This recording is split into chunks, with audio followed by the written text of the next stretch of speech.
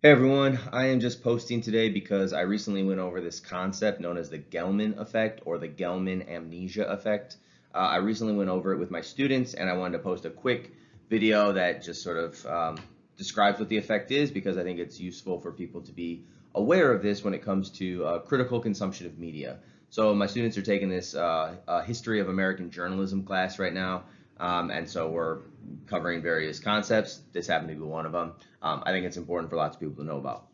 So it's named after this physicist named Gell-Mann. He didn't come up with it. Michael Crichton did, who you might know as the author. And he just named it after his friend, who happens to be a physicist.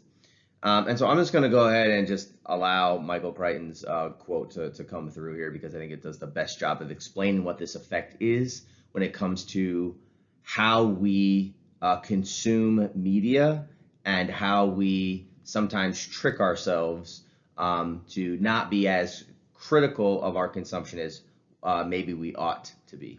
All right. So this is Crichton's quote here. Briefly stated, the Gell-Mann Amnesia Effect is as follows. You open the newspaper to an article on a subject you know well. All right, you're an expert on the subject. In Murray's case, physics. In mine, show business. Right. You read the article and see the journalist has absolutely no understanding of either the facts or the issue. Often the article is so wrong it actually presents the story backwards, reversing cause and effect. I call this the wet streets cause rain stories. Papers, the papers are full of them. All right. So what he's saying is every once in a while you are an expert on a topic, right? You are an expert on a topic, and every once in a while you open up the newspaper or you watch something on cable news or scroll through Facebook and you see a story pop up and you say, oh, this is my field of expertise, and you read it and you realize that there are tons of mistakes in the article. They don't have to be. They aren't glaring to the general public. They're not necessarily malicious. It's not fake news with regard to journalists lying about it, but it is just inaccurate, right? And it's probably inaccurate because the journalist is a novice on the subject like most other people. So in some sort of haste to try to put a story together for the news, the journalist is trying to learn about all these topics within a very short amount of time.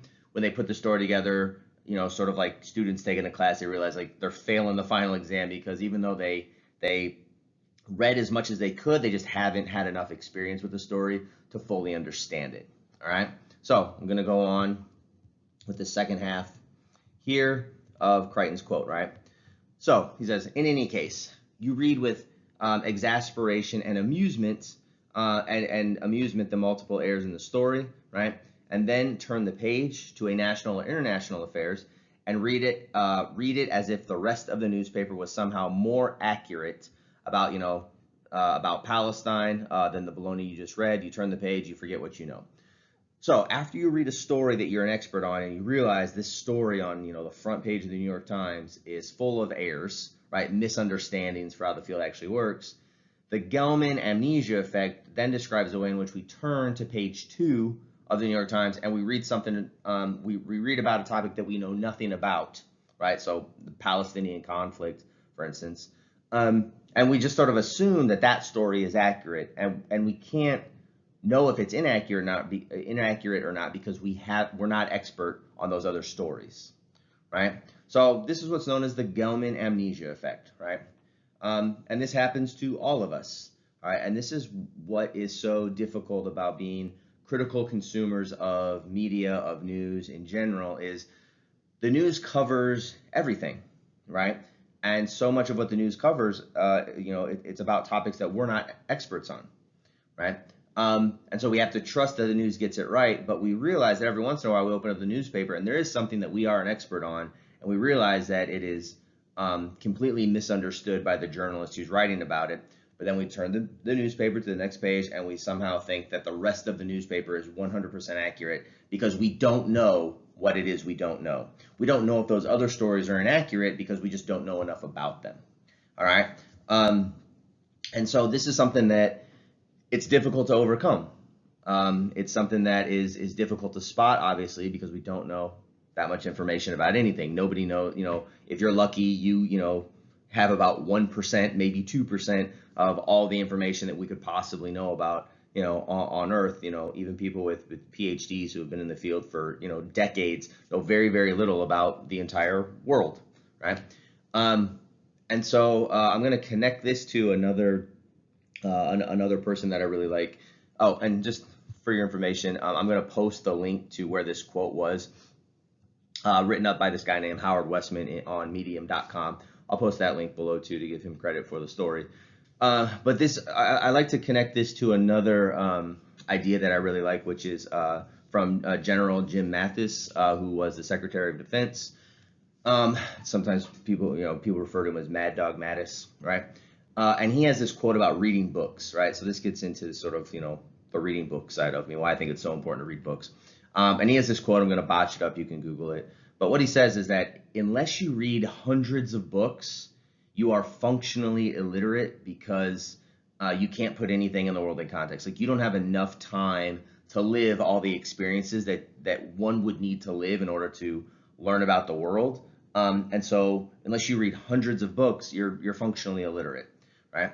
And so that is why things like reading books, right? And we'll get back to these sort of like canonical books, and I know that people have a problem with it.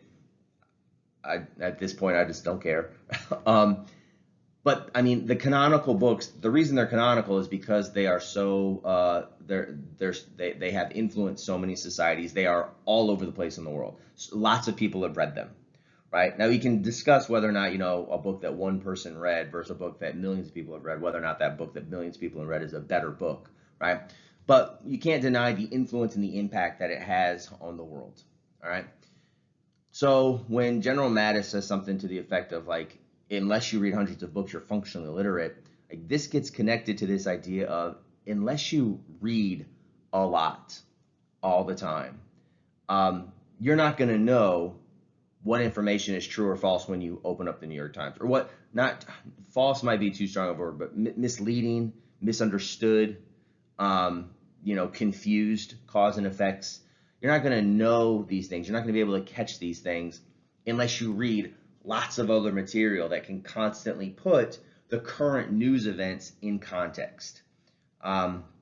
So that's why it's important to read a lot. That's why it's important to read the classics a lot, and books that have been around for decades, because those books that have been around for decades, books, whether it's fiction or nonfiction, biographies, history, academic books, all those books lead up to today's New York Times newspaper, right? So reading all of these books throughout history helps put today's events in context.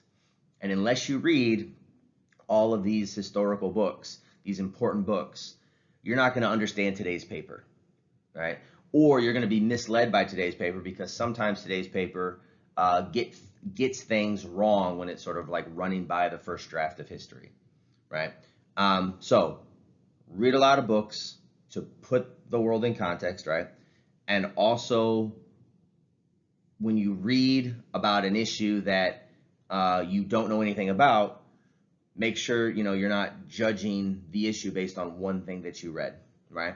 So if the only time you've ever heard about the Palestinian-Israeli conflict is you read one story in the New York Times, you want to make sure, like, I'm not sort of judging what's going on there until I read a dozen or so historical accounts of the Palestinian-Israeli situation over in the Middle East. All right. So be careful when you consume the news. Recognize that this happens to all of us. Recognize that when you see things, right, the Gell-Mann Effect says sometimes you're going to read a story and you're going to know that that story is wrong because you have read the dozens of books on that topic. You are an expert on that topic. You do have a degree in that topic, right? And so when you move on to a new, fresh topic, you should recognize that that story that you're reading might be inaccurate, but you just don't know what you don't know because you haven't read the dozens of books that are required to know whether or not that stuff is true. You haven't, been in the field long enough. You don't have, a degree in that specialty. All right. So that's the Gell-Mann Effect, the Gell-Mann Amnesia Effect.